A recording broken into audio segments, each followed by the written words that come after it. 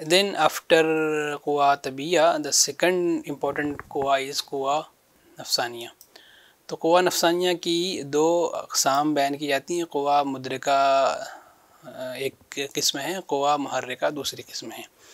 क़ुवा मुदरिका में हिस्सी अफ़आल भी हैं और कॉग्निटिव अफ़आल भी शामिल हैं जो इदराक से मुताल्लिक़ हैं। और क़ुवा मुहर्रिका जो हैं तो ये इसमें हरकत शामिल है, जो हरकत चाहे बदन की हरकत हो या हरकत नफ़सानी हो, इन दोनों हरकतों को क़ुवा मुहर्रिका के ज़रिए से अंजाम दिया जाता है। तब क़ुवा मुदरिका की भी दो टाइप्स हैं। हमने यहाँ क़ुवा मुदरिका पढ़ा, इसकी भी दो टाइप्स हैं, आगे हम देखेंगे। सो क़ुवा नफ़सानिया is divided into two types. क़ुवा मुदरिका which is sensory and cognitive faculty. It performs sensory functions, cognitive functions, and it is divided into quwa mudrika zahira and quwa mudrika batina, the internal and external cognitive functions and sensory functions. Similarly, quwa muharrika is essential for motor functions, and the movements is accomplished by quwa muharrika. Either it is bodily movement or it is psychic moment. So psychic moment will be explained later on. All the emotions, for example anger is a psychic moment, so क़ुवा मुहर्रिका is essential for this. So we will explain क़ुवा मुदरिका, types of क़ुवा मुदरिका. क़ुवा मुदरिका ज़ाहिरा या external sensory faculties में क्या क्या चीज़ें शामिल हैं? क़ुव्वत बासिरा, क़ुव्वत सामिया, क़ुव्वत शामा और क़ुव्वत ज़ायक़ा और क़ुव्वत लामसा। ये पांच क़ुवा मुदरिका ज़ाहिरा हैं, जिसे हम हवासे ख़म्सा ज़ाहिरा भी कहते हैं। हवासे ख़म्सा ज़ाहिरा के नाम से याद करते हैं। और इन पांच में आप देख सकते हैं कि विज़न, हियरिंग, स्मेल, टेस्ट और टच, ये सारी चीज़ें शामिल हैं। तो इन सब में, इन सब की डिटेल ये है कि क़ुव्वत बासरा का काम क्या है? परसेप्शन ऑफ कलर्स को रिकॉग्नाइज करना, जानना, लाइट्स को समझना और इमेजेस को पहचानना। तो ये सारे काम इमेजेस को परसेप्ट करना, फिर उसके फर्दर प्रोसेसेस क़ुवा मुदरिका बातिना में होते हैं। और इसका जो प्लेस है वो ऑप्टिक नर्व है। ऑप्टिक नर्व में क़ुवा मुदरिका ज़ाहिरा की ये किस्म क़ुव्वत बासिरा पाई जाती है। फिर उसके बाद जो उसका दूसरी क़ुव्वत जो है इसमें क़ुव्वत सामिया, उसका काम यह है कि वो साउंड को परसेप्ट करती है, साउंड को सुनने की सलाहियत इसके अंदर होती है, इसके ज़रिए से होती है। और इसकी जो जगह है वो कान में है। आसाब जो कान के अंदर पाए जाते हैं वहाँ पर ये क़ुव्वत पाई जाती है। क़ुव्वत शामा जो है ये, इसका काम सूंघना है और इसकी जो जगह है वो दो आसाब जो मुक़द्दम दिमाग में होते हैं। इसी तरह क़ुव्वत ज़ायक़ा ज़ायक़े के लिए, चखने की सलाहियत के लिए ज़रूरी होती है और इसकी जो जगह है वो ज़बान है जहाँ पर ये क़ुव्वत पाई जाती है। तो इसी तरह क़ुव्वत लामसा ये सेंसेशंस के लिए ज़रूरी है और इसकी जो जगह है वो हमारे अतिबा ने बयान किया है कि ये स्किन और मसल्स, इनके ज़रिए से ये काम वजूद में आता है। ये दोनों चीज़ें यहाँ पर पाई जाती हैं, स्किन में और मसल्स में। सो क़ुवा मुदरिका ज़ाहिरा और external sensory faculties are nothing but the special senses, five special senses.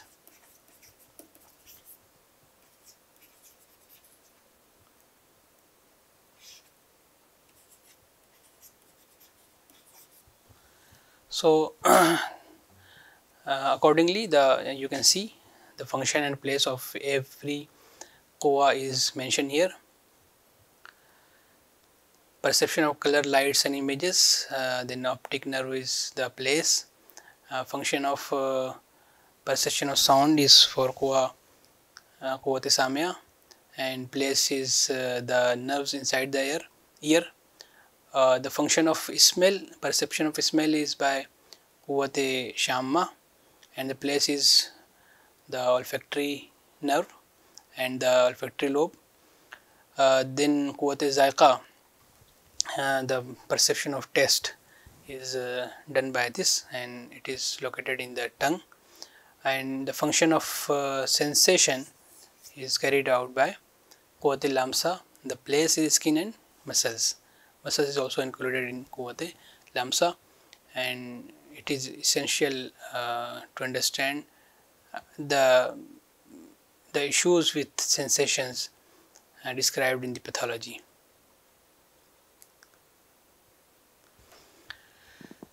Then another type of quwwat mudrika is quwa mudrika batina, internal cognitive faculty. तो क़ुव्वत मुद्रिका बातिना के अंदर भी तीन कैटेगरी हैं, तीन कंपोनेंट्स हैं। हमने क़ुव्वत मुद्रिका ज़ाहिरा को देखा कि हवा से खमसा ज़ाहिरा होते हैं, और जो क़ुव्वत मुद्रिका बातिना है वो दरअसल तीन है। आप देख सकते हैं कि एक क़ुव्वत फ़िक्र है जो मुक़द्दम दिमाग में होती है, और एक ये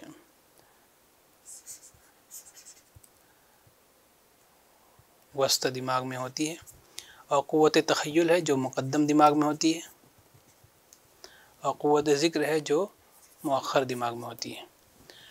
तो इस तरह से ये तीन क़ुव्वतें हैं। जो क़ुव्वत फ़िक्र है, जो फ़िक्र करने की सलाहियत, क़ुव्वत तख़य्युल है सोचने की सलाहियत, ख़याल करने की सलाहियत, तख़य्युल की सलाहियत, और क़ुव्वत ज़िक्र जिसका ताल्लुक़ मेमोरी से है, याददाश्त से है। क़ुव्वत ज़िक्र और क़ुव्वत तख़य्युल दोनों पर क़ुव्वत फ़िक्र को एक बरतरी हासिल है, वो दोनों की हेल्प से डिसीज़न ले सकती है। तो आप देख सकते हैं कि memory is associated with, memory जो है क़ुव्वत ज़िक्र से मुताल्लिक़ है, जबकि इमेजिनेशन थिंकिंग क़ुव्वत तख़य्युल से मुताल्लिक़ है, और जजमेंट और बिहेवियर जो होता है ये क़ुव्वत फ़िक्र से मुताल्लिक़ है। तो जहाँ पर प्रॉब्लम होगा वहाँ की क़ुव्वत के अंदर खलल पाया जाएगा। तो साइकेट्रिक डिसीज़ में हम देखते हैं कि इन्हीं तीन में से किसी क़ुव्वत के अंदर खलल पाया जाता है। यहाँ ये बात मेंशन करना भी ज़रूरी है कि हमारे जो इस तरह क़ुव्वा मुद्रिका ज़ाहिरा में हमने हवा से खमसा ज़ाहिरा देखे हैं, उसी तरह हवा से खमसा बातिना भी बयान किया जाता है। लेकिन इब्न सीना ने लिखा है कि अतिब्बा के नज़दीक क़ुव्वत मुद्रिका बातिना तीन ही हैं जिनको हम बीमारियों के ज़ैल में समझते हैं और बयान करते हैं, इलाज के अंदर सामने रखते हैं। अलबत्ता फ़लसफ़ियों के नज़दीक, फ़िलासफ़र्स के नज़दीक दो क़ुव्वतें और हैं, हिस्से मुश्तरक और क़ुव्वत वाहिमा। ठीक है, हिस्से मुश्तरक जो है कॉमन सेंस जिसे कहा जाता है, और क़ुव्वत वाहिमा ये एक और पावर है जो इसमें बयान की जाती है। लेकिन चूँकि मेडिकल पॉइंट ऑफ व्यू से हम लोग डिस्कस कर रहे हैं, इसलिए हम तीन क़ुव्वतों का ही यहाँ डिटेल तज़किरा करेंगे। सो क़ुव्वा मुद्रिका बातिना are of three types according to physicians. Ibn Sina has mentioned there are three quwwa, quwwat takhayyul, quwwat fikr, and quwwat dhikr. The imagination and thinking, judgment and behavior, and the memory. So it is located in the anterior part of brain. It is located according to Unani physicians in the middle part of brain, and according to Unani physician it is located in the posterior part of brain. And accordingly treatment is employed when the patient is having any issue with any of the faculty, and that particular part of the brain is targeted for the treatment. According to philosophers, there are two other quwwa also, but these are not considered for diagnosis and treatment, so not need to be explained here. Then क़ुव्वा हैवानिया की जो अहमियत है उसका आप अंदाज़ा इससे कर सकते हैं कि ये वाइटल फंक्शंस को अंजाम देती है। तो ये जो है सारे ही अज़ा जो मुख्तलिफ़ काम अंजाम दे रहे हैं, चाहे वो अज़ाए तबी हों, चाहे वो अज़ाए नफ़सानी हों, उनकी हयात को बाक़ी रखने के लिए, क़ुव्वत हैवानिया की ज़रूरत है, जो लाइफ को मेंटेन रखने के लिए ज़रूरी है। तो जिस तरह ऑक्सीजन है तो उसी तरह ये क़ुव्वा हैवानिया है। तो ये सारे लिविंग ऑर्गेनिज़म्स में सारे पावर को ज़िंदगी बख्शने के लिए ज़रूरी है। और इसका काम हम जानते हैं कि रूह के ज़रिए होगा, रूह हैवानी। और रूह हैवानी इसके लिए हेल्पफुल होती है।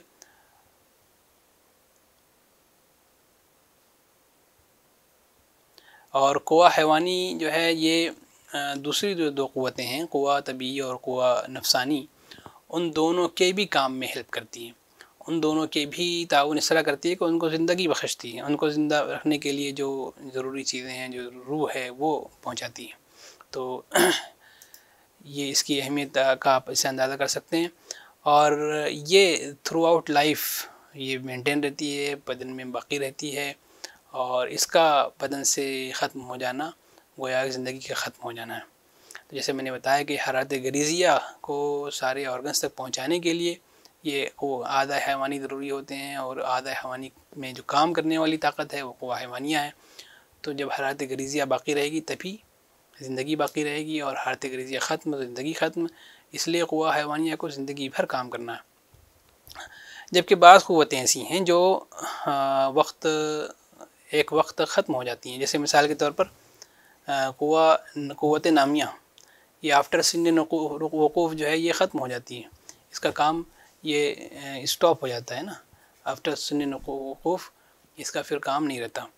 और इसी तरह क़ुव्वत मुअल्लिदा जो फर्टिलिटी पावर होती है ना, तो ये फर्टिलिटी जो होती है तो ये पावर आफ्टर मेनोपॉज़ एक एज के बाद औरतों में बाकी नहीं रहती। इसी तरह किसी किस्म के सूए मिजाज की वजह से, मिजाज की ख़राबी की वजह से, जो हम आगे पढ़ेंगे, उस उज़्व में नरिशमेंट नहीं होता है।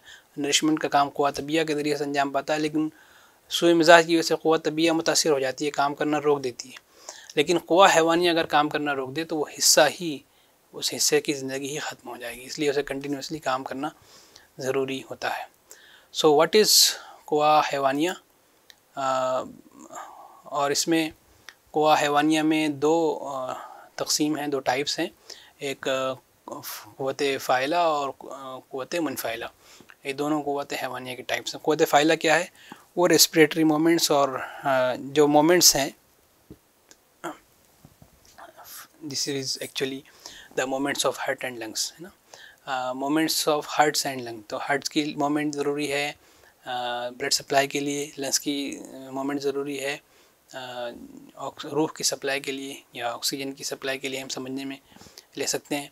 तो ये फंक्शंस दोनों जो आधा हैवानी के होते हैं, ये क़ुव्वत फ़ाइला के ज़रिए से अंजाम पाते हैं, जो क़ुव्वा हैवानिया की एक किस्म है। और जो दूसरी किस्म है क़ुव्वा हैवानी की, ये क़ुव्वत मुनफ़ाइला है। और ये एक्चुअली ये पैसिव क्वालिटी है ना। मुनफ़ाइल होती है एक्सटर्नल फैक्टर्स के ज़रिए से। मिसाल के तौर पर कोई आपने ऐसा एपिसोड देखा कि आपको उस पर गुस्सा आ जाए, तो ये जो गुस्सा आना है एक्सटर्नल फैक्टर की वजह से जो पैदा हो रहा है, इसमें क़ुव्वत मुनफ़ाइला एक्टिवेट हो रही है। ठीक है, तो इस टाइप की जो क़ुव्वत मुनफ़ाइला जो है, जो इमोशंस जो होते हैं, इमोशंस का ताल्लुक़ तिब्ब यूनानी के एतबार से जो एग्रीड ज़्यादातर कंसेंसस है जमहूर अतिब्बा का, वो इस पर है कि ये इसका ताल्लुक़ दिमाग से भी है और इसका ताल्लुक़ क़ल्ब से भी है। ये इस इमोशंस स्टार्ट दिमाग क़ल्ब से होते हैं, लेकिन ये दिमाग से भी कनेक्टेड होता है। तो क़ुव्वा दिमाग की क़ुव्वत से भी और क़ल्ब की क़ुव्वत से भी ये एसोसिएटेड। इसलिए वो बीमारियां जो इमोशनल, जिसमें इमोशंस डिस्टर्ब होते हैं, मूड डिसऑर्डर फॉर एग्ज़ाम्पल, तो उसमें ज़रूरी होता है कि जहाँ आप दिमाग का इलाज कर रहे हैं वहीं क़ल्ब की तफरी और क़ल्ब की तक़वियत का भी काम करें। सो क़ुव्वा हैवानिया is actually vitalises all the other faculties necessary for life and makes them operative in living organism. without Quwa Hayawaniya, no organ in the body can continue its life. It functions via Ruh Haywani. It helps function of both important faculties, Quwa Tabi also and Quwa Nafsani also. So Quwa Nafsani and Quwa Tabi need Quwa Haywani for their continuation, for their life. This Quwa Haywani remain throughout life, even if other Quwa lost. For example, Quwat Namiya, as I explained earlier, it is lost after Sinni Waquf, because now growth is not required. After a particular age, the height cannot be increased, so that time Quwa Namiya is stopped. But Quwa Maulida is also lost after menopause, for example, in women, and the fertility is lost. Similarly, in certain pathological conditions such as Sue Mizaj, that is disturbance of normal Mizaj, the nourishment for that particular organ is stopped. Quwa Tabi stopped its functioning, but Quwa Haywaniya doesn't stop. So stoppage of Quwa Haywaniya result in death of that particular organ or that particular organism. Quwa Haywaniya is of two types. It is categorized into Quwa Phyla and Quwa Munphyla. What is Phyla? The movements of heart and lungs are continued with the help of Quwa Phyla of Quwat Haywaniya, and it is very essential. The movements are very essential. Quwa Haywaniya, the second type is Quwa Munphyla. It's second type of Quwa Haywaniya. So it is actually passive Quwwat, or passive of power. It is activated by external factors such as anger or joy. You see a particular type of environment and particular activities, and you feel some emotions in in yourself. So that emotions is actually it is called as Quwwat Munphyla. It is carried out by Quwwat Munphyla. So according to Unani medicine, this emotional problems, emotion is initiated in heart, and it is connected with brain also. So in psychiatric conditions like depression and anxieties, for example, we not only consider the treatment of brain, but also the potentiation and normalization of functions of heart, so that we can holistically diagnose and treat that particular disease. Now the सातवां जो उमूर है वो है सातवां अम्र है उमूर तबिया में अफ़ाल.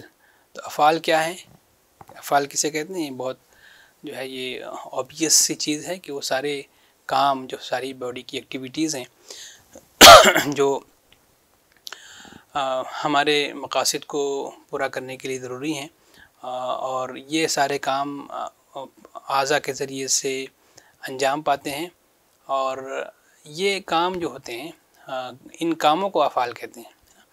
अलबत्ता ये जो परफॉर्म किए जाते हैं ये आदा के ज़रिए से, और इनके अंदर जो क़ुव्वत काम करती है वो क़ुवा कहलाती है. क़ुवा के इन्फ्लुएंस से ये काम होते हैं, और जो इन बिटवीन आदा और क़ुवा में कनेक्शन होता है, जो उसको सपोर्ट करती है, वो होती है रूह. तो इस तरीके से अफ़ाल को भी तीन कैटेगरी में डिवाइड किया गया है. अफ़ाल तबिया जो न्यूट्रिटिव फंक्शंस जैसे कह सकते हैं, अफ़ाल हैवानिया जिसे वाइटल फंक्शंस कह सकते हैं, और अफ़ाल नफसानिया जिसे हम साइकिक फंक्शंस कह सकते हैं. तो सेवंथ इन उमूर तबिया इज़ अफ़ाल, and it is nothing but the functions, and actually Afal are just the reflections of Quwa. What the Quwa is doing is reflected with Afal. So the bodily activities essential for fulfilling the objective of the body is called as fail or Afal. Afal is the plural, fail is singular. So they are actually performed by Aza, Aza, Quwa and Arwah, these all three things are interconnected. So the place of this function, the place where the work is being done is Ada, and the power is actually Quwa, and the supporting entity is Arwa or Numa. So in this way, Afal is also categorized into Afal Tabi'i, Afal Tabi'iyya, Afal Haywaniya, and Afal Nafsaniya. Nutritive functions, vital functions, and psychic functions. अफ़ाल की जो types की गई हैं वो apart from ये जो हमने देखा आज़ा की तरह, हमने जिस तरह हैवानी, नफसानी और तबीई देखे, उसी तरह आदा में हमने मुफ़रद और मुरक्कब भी देखा था। तो उसी तरह अफ़ाल में भी मुफ़रद और मुरक्कब अफ़ाल हैं। मुफ़रद अफ़ाल क्या हैं? तो मुफ़रद अफ़ाल वो हैं कि जो कि किसी एक क़ुव्वत के ज़रिए से अंजाम पाते हैं। एक क़ुव्वत अगर उसको अंजाम दे रही है तो उसे हम कहते हैं मुफ़रद फ़ेल है। तो ये याद रखिएगा कि अफ़ाल जो हैं ये क़ुव्वतों के रिफ्लेक्शंस हैं, क़ुव्वतों का अक्स हैं। क़ुव्वतें हमें नज़र नहीं आती, लेकिन क़ुव्वत जो काम कर रही है, क़ुव्वत का जो अपीयरेंस है वो अफ़ाल के ज़रिए से हमें नज़र आता है। कि अगर हमने हाथ उठाया है तो ये क़ुव्वत हरकिया इसमें काम कर रही है, क़ुव्वत हरकिया के ज़रिए से काम हो रहा है, लेकिन हमें नज़र ये आ रहा है कि ये फ़ेल हुआ। तो जो चीज़ नज़र आ रही है फ़ेल कहलाती है, जो चीज़ उसके पीछे काम कर रही है उसे हम कहते हैं क़ुव्वत। तो फॉर एग्ज़ाम्पल क़ुव्वत जाज़बा के ज़रिए से जो ये जज़्ब का अमल हो रहा है तो हम इसके कहते हैं ये एब्सॉर्प्शन है, और ये फ़ेल जो सूंघने का अमल अंजाम पा रहा है तो इसको हम कहते हैं ऑल्फेक्शन या सूंघना। इसी तरह इनक़िबाज़ का काम हो रहा है। इनक़िबाज़ का मतलब हार्ट जो है वो कॉन्स्ट्रिक्ट भी होता है, रिलैक्स भी होता है। तो जो कॉन्स्ट्रिक्ट हो रहा है ये एक फ़ेल हो गया, ये कॉन्स्ट्रिक्शन जो है ये फ़ेल मुफ़रद कहलाएगा। अलबत्ता फ़ेल मुरक्कब वो है जो एक से ज़ायद क़ुव्वतों के ज़रिए से अंजाम पाता है। मिसाल के तौर पर रिप्रोडक्शन है ना, इसमें क़ुव्वत मुवल्लिदा भी काम करती है, क़ुव्वत मुसव्विरा भी काम करती है। इसी तरह रेस्पिरेशन ना, इसमें कई काम एक साथ हो रहे हैं, जिसको हम कंपाउंड फंक्शन कह सकते हैं। तो रेस्पिरेशन में कॉन्स्ट्रिक्शन, रिलैक्सेशन भी हो रहा है, और उसके अलावा भी कई काम, कई क़ुव्वतें अंजाम पा रही हैं। क़ुव्वत हैवानिया अपना काम कर रही है। तो इस तरह से जो काम होते हैं ये डाइजेशन का जो कंप्लीट प्रोसेस है, जो क़ुव्वत जाज़बा, मास्का, हाज़मा सबका मिला करके हो रहा है, ये भी एक तरह का फ़ेल मुरक्कब है। उसको कैसे समझा जाए इसको अब अगली किसी सेशन में हम देखेंगे। और उम्मीद है कि ये जो बेसिक कॉन्सेप्ट्स बयान किए गए ये हमें आगे के पैथोलॉजिकल कंसेप्ट्स को समझने में बहुत माविन होंगे, और इनका एप्लीकेशंस वहाँ पर आएगा तो हमें उन कॉन्सेप्ट्स को समझने में ताउन होगा। So this is about the basic concepts and basic fundamental principles of the Unani medical system, and the normal structure and functions, especially the philosophy of Unani medicine is explained here. And in this attempt, I think with this you can grasp the basics of Unani philosophy and fundamentals of Unani physiology, so that now the pathological concept can be understood in a better way, and the applied aspect of Mahitul Amraz can be grasped in a better way. Thank you.